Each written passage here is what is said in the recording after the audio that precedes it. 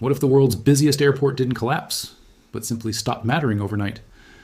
The lights are still on, the runways are still active, but something invisible has already begun to shift. At the center of the system stands Dubai International Airport. Not just an airport, but a symbol of global movement. Every hour, thousands of people pass through it. Every second, money flows through its veins. For decades, this place has represented something bigger than travel. It represents connection, speed, access, opportunity. But here's the uncomfortable question. No one wants to ask, what if connectivity itself is the biggest vulnerability? Because today, Dubai still looks normal. The hotels are open. The malls are full. Flights are still landing and departing. But beneath the surface, confidence is quietly changing, not collapsing, not crashing, just shifting. Investors are not panicking publicly. There are no headlines screaming crisis.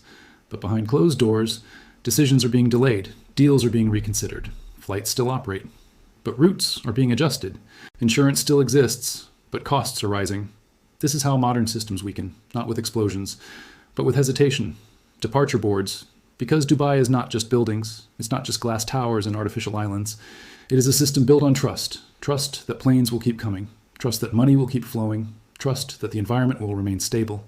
And when that trust weakens, even slightly, capital begins to slow. Movement begins to hesitate. The system begins to feel pressure. Dubai's model depends on three critical forces: tourism, aviation, foreign capital.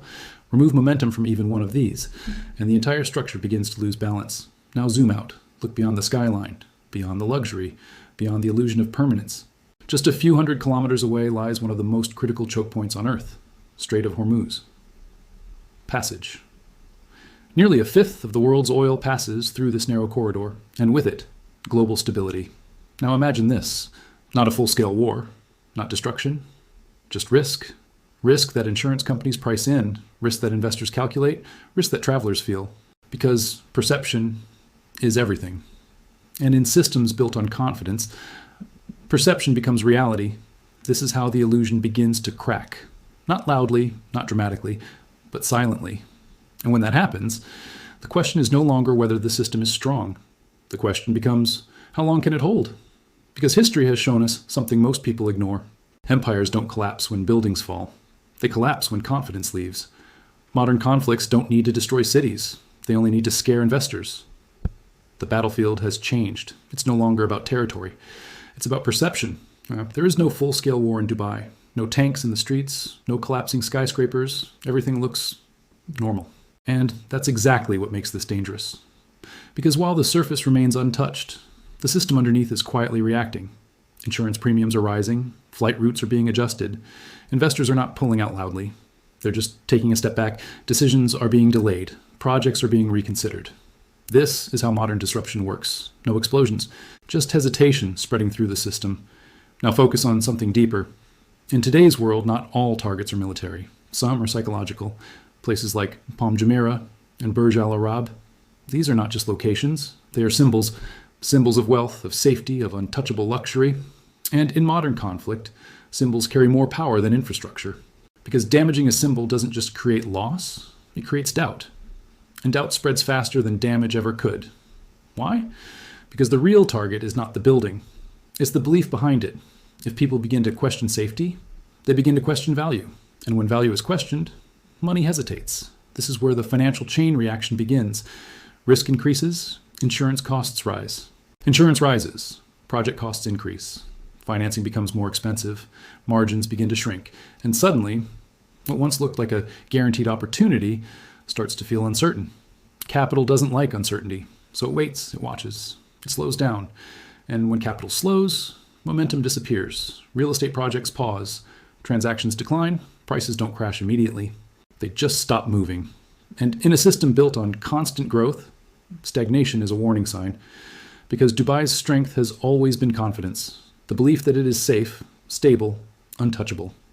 But now, a new question is entering the minds of investors, not fear, but doubt.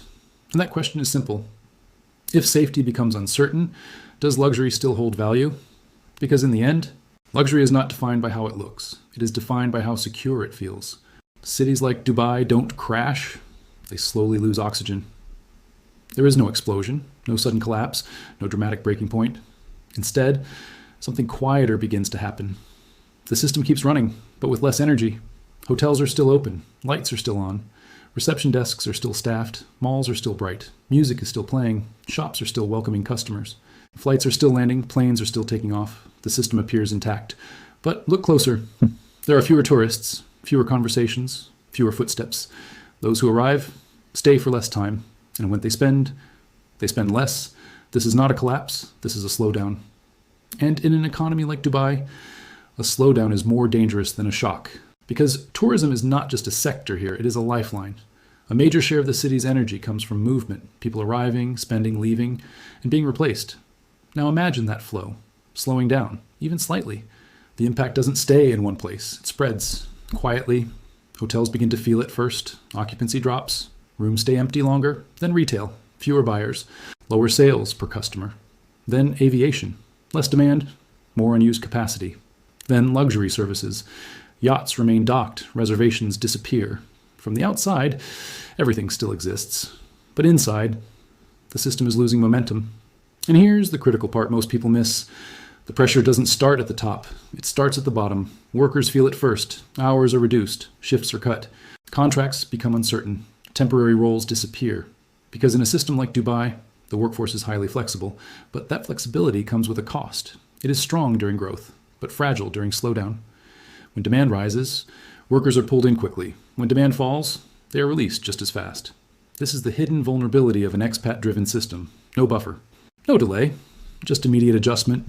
And as more workers feel pressure, spending drops further, which feeds back into the system, slowing it even more. This is how economic oxygen disappears, not all at once, but layer by layer, until one day, everything still looks the same, but nothing feels the same. Because in the end, the system doesn't break at the top, it cracks from the bottom. Dubai isn't collapsing, it's revealing something the whole world is ignoring. From the outside, everything still stands, the skyline is intact, the lights are still shining.